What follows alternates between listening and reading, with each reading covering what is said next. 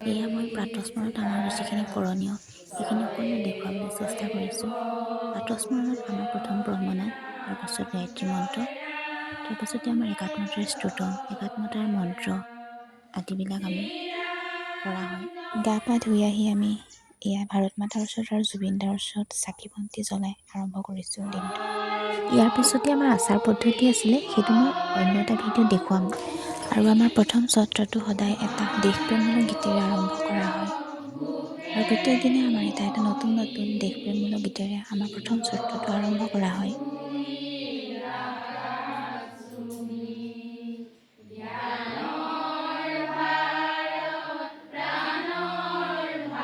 নমস্কাৰ, মোৰ নাম শ্ৰী পদ্মেশ্বৰ গগৈ। এয়া পদ্মেশ্বৰ গগৈ ছাৰে আমাক এটা সুন্দৰ কবিতা আবৃত্তি কৰি শুনোৱাল আৰু লগতে কবিতা কেনেদৰে আবৃত্তি কৰিব লাগে সেই সম্পৰ্কেও আমাক কিছু আভাস দিলে। অতীতৰে বৰ্তমানৰে অনাগত ভৱিষ্যৰে আদিটি যাত্ৰা কৰি অনাদিলে যাওঁ। এয়া দুপৰীয়া 1 বাজিছে, আমি সকলোৱে এতিয়া ভোজনৰ বাবে সাজু হৈছোঁ। খাই বৈ উঠি অকণমান সকলোৱে জিৰণি লৈছে। এতিয়া আমাৰ জিতেশ্বৰ বৰিদাই আমাক শাৰীৰিকৰ বাবে অকণমান অভ্যাস শিকাইছে। এতিয়া আমি যিখিনি কৰি আছোঁ, একপদ পুৰস্বৰ, প্ৰতিস্বৰ, দক্ষিণস্বৰ, বামবৃত্ত, এইখিনিক প্ৰাথমিক সমবায় বুলি কোৱা হয়। আবৃত্তি কৰিবলৈ লোৱা কবিতাৰ শিল্পী অসমীয়াতে কাৰ্তিক কবি ৰূপকৰ জ্যোতিপ্ৰসাদ আগৰৱালাদেৱৰ এটি সুন্দৰ কবিতা আবৃত্তি কৰি দেখুৱালে কৃষ্ণাশ্ৰীয়ে।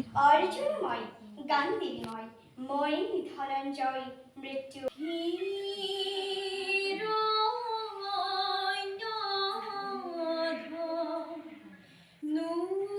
কৃষ্ণাশ্ৰী দত্তৰ যি সুন্দৰ কণ্ঠ, সেই কণ্ঠই আমাৰ সকলোকে মুগ্ধ কৰি তুলিলে।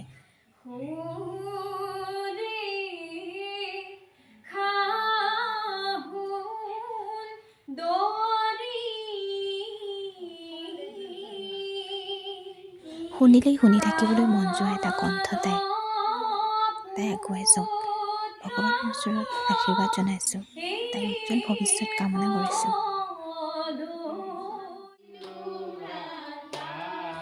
ইতিমধ্যে আমাৰ সন্ধিয়াৰ আৰতি কৰিবৰ সময় হৈ গৈছে আৰু আমি এতিয়া সকলোৱে ভাৰত মাতাৰ আৰতি কৰিম।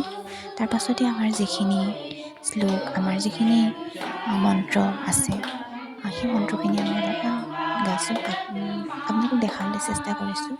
সকলোৱে চাই থাকক।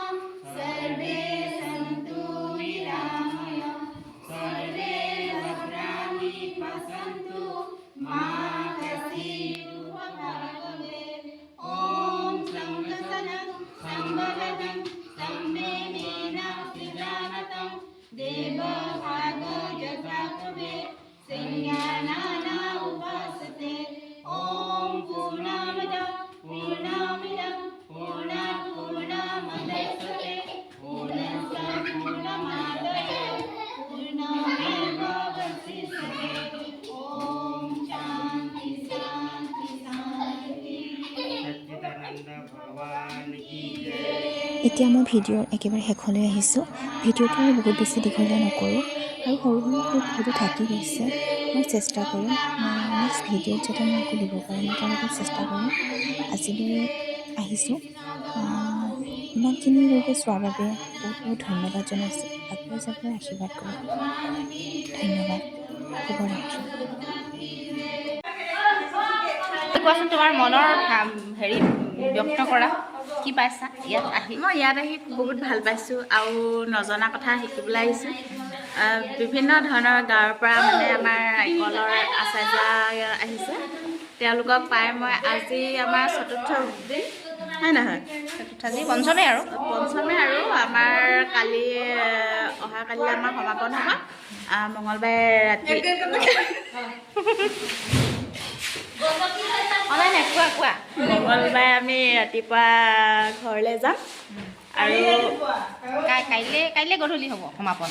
কাইলৈ গধূলি সমাপন যাব নিদিব হয় নাই, ৰাতিপুৱা দিব। বিশেষকৈ আৰু বাকী আচাৰ্যসকলক দেখুৱাই দিয়ক, মই সেই মনোভাৱটো এই আচাৰ্যসকল আছে আমাৰ এইফালে বগলী নাচ নাচি গাখীৰ